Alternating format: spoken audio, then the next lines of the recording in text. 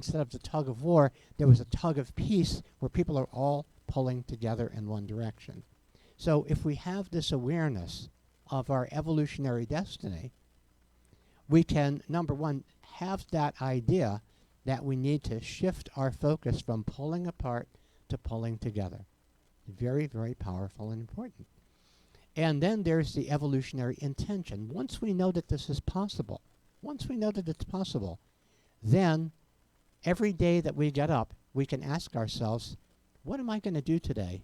How am I going to be today that's going to actually bring human beings together for the benefit of each and all? How is my work on this planet? How is my daily interactivity with other people? How is what I buy? How is what I focus my attention on? How is that going to either add to the love or add to the fear? Now, of course, the good news is love is more powerful than fear. Otherwise, we'd be singing, all you need is fear. She fears you, yeah, yeah. No, we're not singing that. That's a good thing. So as part of our awareness, we're recognizing that we have the choice every moment. Do we feed love or do we feed fear? And in that intention phase, in that part, in the second step of the program, you set the intention to feed love in every way you can every day. And of course, number 3 is evolutionary practice. What do I do on a daily basis that allows me to recognize that I am part of this larger organism and serving for the benefit of each and all? What is it that I do on a daily basis? It doesn't have to be a big deal. It can even be smiling at people. It can even be doing an act of kindness. So many people, so many great philosophers, a surprising number of great philosophers, say that really what it comes down to is kindness. Fundamentally, kindness. That's what the Golden Rule is about. If we're all one being, then why not act as if we are all one being? So one of the ways that I've learned to do this over the years, and I haven't really related this until recently, is through the power of humor. Because humor is a way of, first of all, bringing people together, but it's also a way of getting away from dueling dualities and offering a third way of seeing things, right? Ever wonder why jokes come in threes? A minister, a priest, and a rabbi? A minister, a priest, and a rabbi, they're discussing their legacy. How do they want to be remembered? What do they want the eulogist to be saying when they're laying in their casket? And the minister thinks, he says, I want them to be saying, he was a family man and a pillar of his community. The priest said, I want people to be saying, he was a holy man and a leader of his flock. The rabbi says, I want people to be saying, look, I think he's breathing. So what happens is humor creates novelty by putting things together in an unexpected way and offering us a third alternative. So much of how we are manipulated by fear and how we actually manipulate ourselves is that we insist that it's got to be this or that. Which side are you on? You're either with us or against us. And the more fearful people become, the more fearful they're made, the more they want to hunker down in with their tribe and exclude other people and buy into absolutist beliefs. The more love that is put into a system, the more open people become, the less rigid, the more inclusive, the more connected. Now, what might seem paradoxical is that the more connected we are in community, the more freedom we have. Because we're freer, we're free of having to fight other healthy cells. We're free from spending our energy in conflict when we could be spending our energy in working together. So comedy is a really good tool. I remember years ago I was doing a talk at a health conference, and I was talking about a disease that we have collectively. I called it irony deficiency. Seeing a doctor won't help, but seeing a paradox will, right? And I was talking about all of these oxymorons, like holy war in the Holy Land. Holy cow pie, Batman, that's really ridiculous when you think about it. So what the comedian's job is, we call it pumping ironies.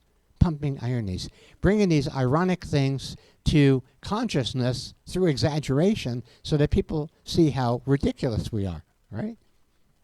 And we learn to laugh lovingly at ourselves. So I was doing my talk and talking about irony deficiency, and I pointed out an oxymoron that was puzzling to me, and it was people who call themselves pro-life but are in favor of the death penalty. I somehow didn't quite get that. And a woman came up to me afterward, and she was very, very upset because obviously she was pro-life, anti-abortion, and took it as an insult. So I told her a story, but she didn't realize I'm telling her a story. And I said there was a TV show that had 3 religious leaders to discuss when life begins. It was a minister, a priest, and a rabbi. Okay, so the priest said life begins at conception, and the woman's shaking her head, yes, that's what I believe. She doesn't know I'm telling her a joke. And the minister said life begins when the baby takes the first breath, and she's going, no. Then the host said, Rabbi, when does life begin? The rabbi says, life begins when the children leave home and the dog dies.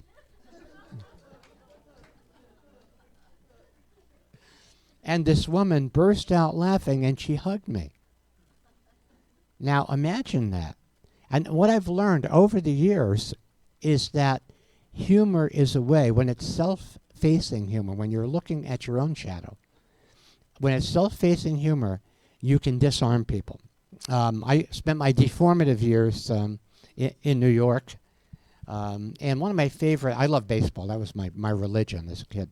One of my favorite baseball characters was Casey Stengel. He was manager of the Yankees at that point, and when Casey Stengel was a rookie, the fans in New York decided that they didn't like him. And every time he'd walk onto the field, he would get booed, all the time.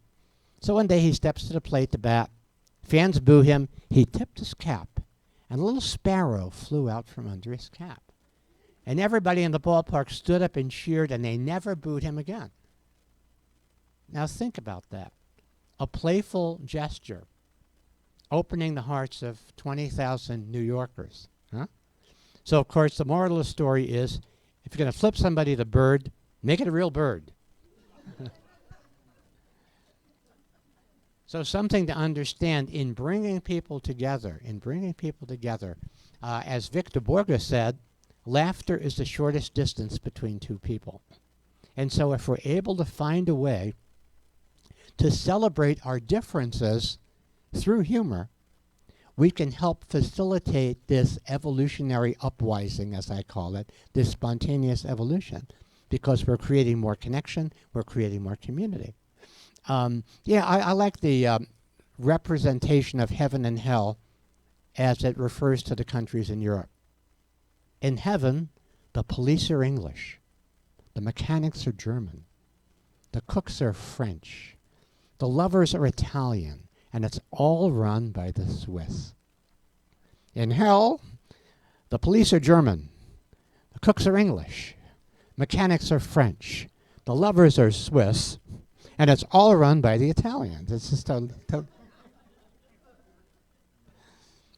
So part of cultivating what I call cosmic comic consciousness, which is noticing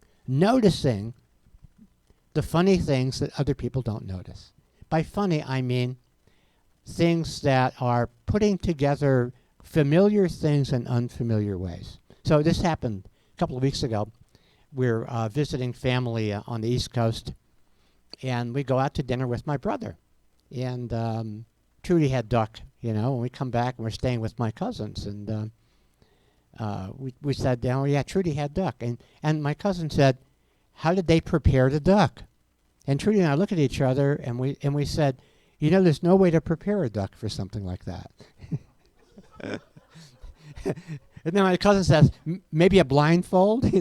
We're going for a ride, Mr. Duck, But the idea is to be, in seeing funny, is to recognize relationships. And when you do that, you create a level of playfulness and flexibility in your life that impacts people in a positive way.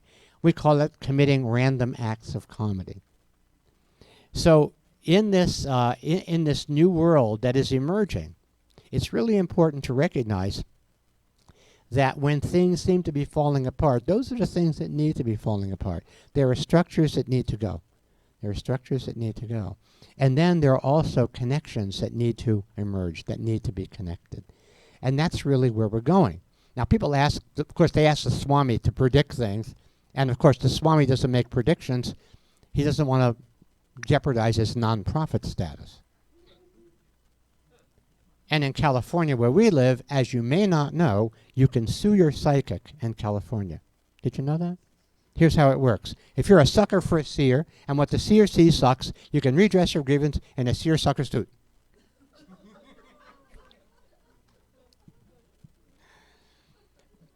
So when people ask me, are we, in this evolutionary process that we're in the midst of, are we going to make it? Are we going to make it? Is it going to happen? And the best way I can answer that question about what's going to happen is the words of the great philosopher and center fielder Willie Mays.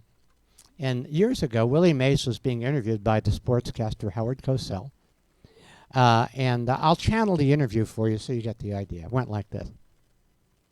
We're talking with Willie Mays. Willie, let me ask you this. Are the Giants going to win the pennant this year, Willie Mays? And Willie Mays said, I don't know, Howard. That's what we're going to play this season to find out. So what's most important, more important than prediction, is intention. How do we intend when we get up every morning? What is our purpose? What is our intention? Is our intention to bring about this connection between human beings and to break down the artificial barriers, the illusion of separation? Is that our intention? And then if that's the case, what is our practice every day? What do we do on a daily basis where we know that no matter what else is happening in the world, we are building toward that better world?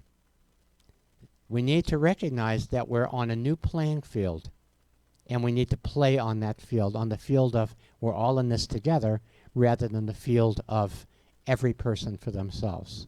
We're seeing a lot of that emerging, but just as in the process of healing, the disease has to come to the surface. So what we're seeing right now is the disease coming to the surface. It's been there the whole time. What we're seeing right now is an opportunistic infection that has taken advantage of the lack of love, the absence of love that has been here. So in our daily lives, in our awareness, in our intention, and in our practice and what we do on a daily basis, let's live love, and let's let fear release and dissolve. Thank you so much.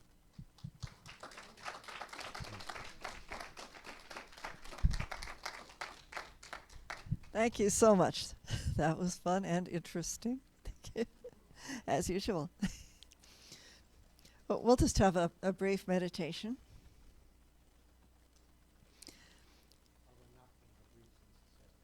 No, well, that's private information. Yeah. So this is actually a little something from Catherine Skaggs, who is the artist who painted the pictures at the back of the room and a couple of them up here.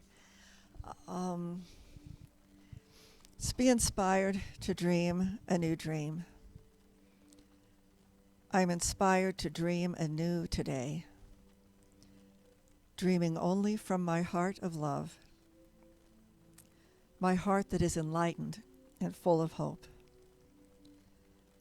I am a divine being of spirit, dreaming my life.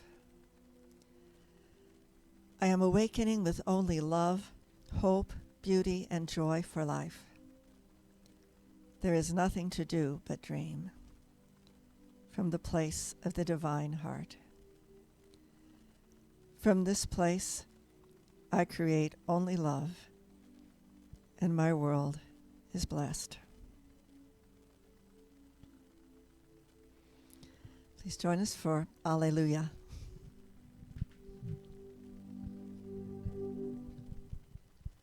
Alleluia, Alleluia,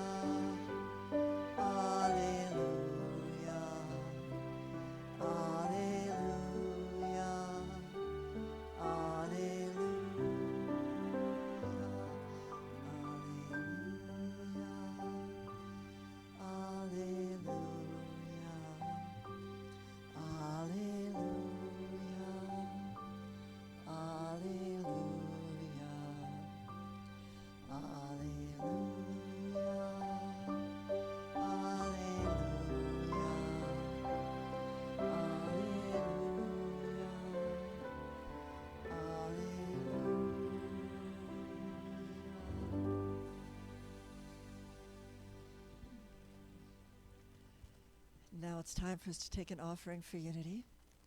Now, I don't know if we have two potential performances right now. I know our band has a tune, and I know Steve has some. What? Okay, we'll do that. Okay, we will do that. So now, you will do your tune at this time. So once again, please welcome Trinity to Mask and Irreverence. All